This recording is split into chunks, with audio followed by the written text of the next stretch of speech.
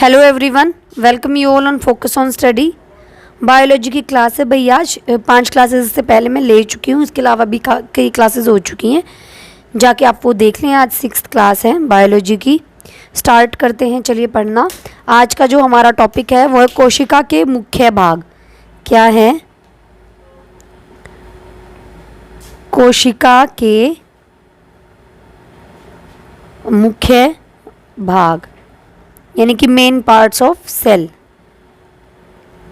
Main parts of cell, ठीक है। सबसे पहला जो कोशिका का पार्ट है वो है भाई कोशिका भित्ति। क्या है? कोशिका भित्ति, ठीक है, जिसको इंग्लिश में कहा जाता है सेल वॉल। क्या कहा जाता है? Cell wall. देखो भाई, अब ये सेल वॉल होती क्या है या कोशिका भित्ति होती क्या है? ये सिर्फ पौधों में पाई जाती है, यानी कि किसमें? पादप में। केवल पादप कोशिका में पाया जाता है। किसकी बनी होती है? सेल्यूलोज की बनी होती है। पादप में केवल, ठीक है, सेल्यूलोज की बनी होती है। इसके अलावा ये क्या करती है? पौधे को या फिर कह सकते हैं पादप को निश्चित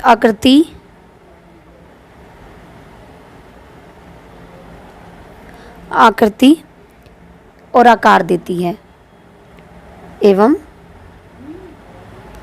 आकार प्रदान करती है, ठीक है।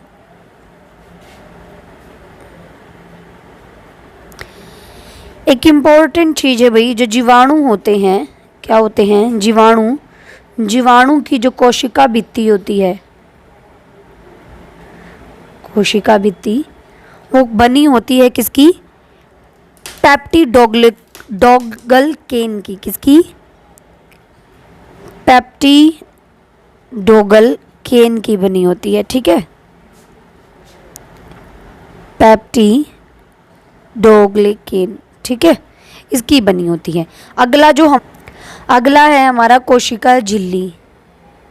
इसमें से कई क्वेश्चन पूछ लिए जाते हैं। मोस्टली जो क्वेश्चन आता है वो ये आता है कि पादप की जो कोशिका भित्ति है वो किसकी बनी होती है? तो सेल्यूलोज की बनी होती है।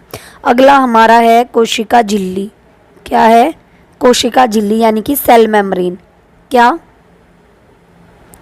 Cell membrane. पढ़ लेते हैं इसके बारे में। सेल मेम्ब्रेन होती क्या है? ये होती है भाई कोशिका के जितने भी अवयव होते हैं ना, मतलब जितने भी चीज़ें उसमें होती हैं, वो एक पतली झिल्ली से घिरी रहती है। उसी को क्या कहते हैं हम? कोशिका झिल्ली। सभी अवयव एक पतली झिल्ली से घिरे होते हैं। पतली झिल्ली से घिरे होते हैं,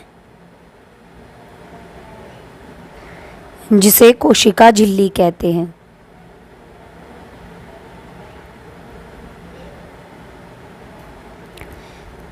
ठीक है। ये क्या होती है? सेमी परमिएबल होती है।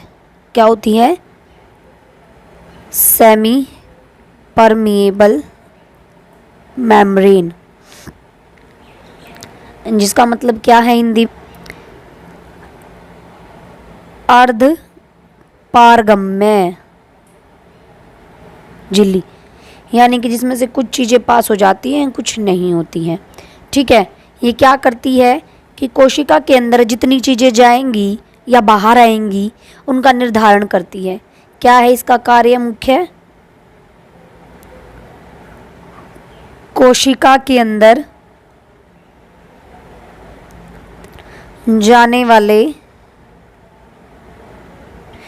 व साथ में क्या? बाहर आने वाले पदार्थों का निर्धारण करना, ठीक है। ये इसका मुख्य काम है। अब अगर मैं बात करूं तो इसके अंदर ये जो कोशिका झिल्ली होती है भाई, ये लिपिड की बनी होती है। किसकी? लिपिड की बनी होती है। आपसे पूछ लिया जाए कि कोशिका भित्ति किसकी बनी होती है, तो वो बनी होती है सेल्यूलोज की, और कोशिका झिल्ली बनी होती है लिपिड की। ठीक है। अच्छा, कोशिका झिल्ली जो है ये, इसमें भाई प्रोटीन और कार्बोहाइड्रेट पाए जाते हैं। क्या क्या पाए जाते हैं? प्रोटीन और कार्बोहाइड्रेट्स। ठीक है, ये पाए जाते हैं इसमें। कुछ इंपॉर्टेंट चीज़ें हैं भाई जो पेपर में पूछी जा सकती हैं। सबसे पहले तो अगर मैं बात करूँ कोशिका झिल्ली का सबसे स्पष्ट नमूना या उन्नत नमूना, कोशिका झिल्ली का उन्नत नमूना किसने पेश किया? तो वो थे सिंगर और निकोलसन। ठीक है, इन्होंने कब दिया? और ये 1972 में ये पेश किया था। ठीक है, अगला हम पढ़ेंगे तारककाय। क्या है अगला? तारककाय, जिसको इंग्लिश में कहा जाता है सेंट्रोसोम। क्या कहा जाता है? सेंट्रोसोम। ठीक है, अब ये होता क्या है? इसकी खोज भी बॉबेरी ने की थी। किसने खोज की इसकी? बॉबेरी ने। ये सिर्फ जंतु कोशिका में पाया जाता है, जंतु कोशिका में केवल। ठीक है, देखो भाई, इसमें सेंट्रोसोम या तारकाय में के अंदर एक या दो कण जैसी संरचना होती है। क्या होते हैं? एक या दो कण जैसी संरचना, जिसको क्या कहा जाता है? सेंट्रियोल कहा जाता है। ठीक है, ये क्या करते हैं भाई? मेन काम क्या है इनका? ये समसूत्री विभाजन में, समसूत्री विभाजन जब होता है, ये ध्रुव का निर्माण करते हैं। ये ध्रुव का निर्माण करते हैं। ठीक है, अगला है भाई अंतर्द्रव्य जालिका। क्या है? अंतर्द्रव्यी जालिका, यानी कि ER, जिसको हम कहते हैं एंडोप्लाज्मिक रेक्टिकुलम। क्या कहते हैं? Endoplasmic reticulum, ER। इसके बारे में जान लेते हैं भाई। सबसे पहली चीज जो इसके बारे में है वो है जो यूकेरियोटिक कोशिकाएं होती हैं, यूकेरियोटिक कोशिकाओं में के कोशिका द्रव्य में चपटे आपस में जुड़े हुए क्या होते हैं? इन कोशिकाओं में चपटे, ठीक है, आपस में जुड़े हुए,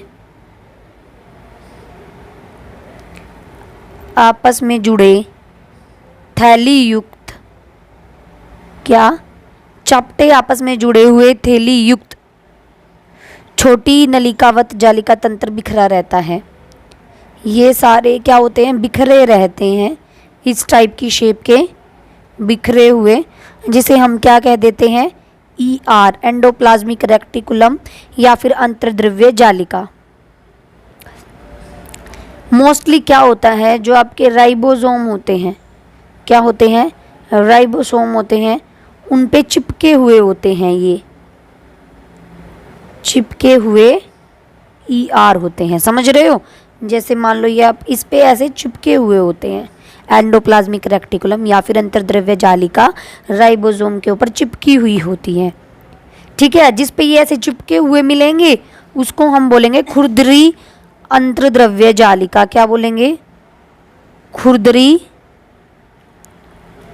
ठीक है, और जिस पे नहीं होते ये उसको क्या बोलते हैं? चिकनी। जिस पे चिपके हुए नहीं होते उसे बोलते हैं हम चिकनी अंतर्द्रव्य जालिका। एक चीज और इसमें इम्पोर्टेंट है भाई, ये जो खुरदरी वाली अंतर्द्रव्य जालिका होती है, यानी कि जिसमें राइबोसोम प्रेजेंट होता है, ठीक है, उसमें तो खुरदरी हो जाएगी, और जिसमें नहीं होगा उसको चिकनी बोलेंगे। खुरदरी वाली ही सबसे ज़्यादा प्रोटीन के संश्लेषण में भाग लेती है, प्रोटीन के संश्लेषण में भाग लेती है। कौन से वाली? खुरदरे वाली, ठीक है। और जो चिकने वाली होती है वो लिपिड संश्लेषण में भाग लेती है। किसमें? लिपिड संश्लेषण में भाग लेती है, ठीक है। आज की क्लास में भाई इतना ही। एक चीज़ और बता देती हूँ, जो ये आपकी एंडोप्लाज्मिक रेक्टिकुलम या फिर अंतर्द्रव्य जालिका, इसके जो मुख्य कार्य है ना, वो और बता देती हूँ। ये सबका संचरण करती है। किसका संचरण करती है ये? वसाओं का और साथ में प्रोटीन का। किसका? वसा का और प्रोटीन का। और ये सब किसका निर्माण करते हैं फिर? कोशिका झिल्ली,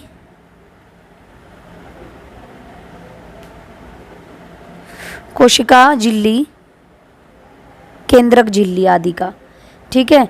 यानी कि इन को बनाने के लिए जो वसा और प्रोटीन चाहिए, इनका संचरण कौन करता है? एंडोप्लाज्मिक रेक्टिकुलम यानी कि अंतर्द्रव्य जालिका करती है। आज की क्लास में भाई इतना ही। मिलते हैं नेक्स्ट क्लास में। अगर आपको वीडियो अच्छी लगी है तो प्लीज़ लाइक कर दें, चैनल पे नए हैं तो सब्सक्राइब कर दें। मिलते हैं नेक्स्ट क्लास में। Thank you so much.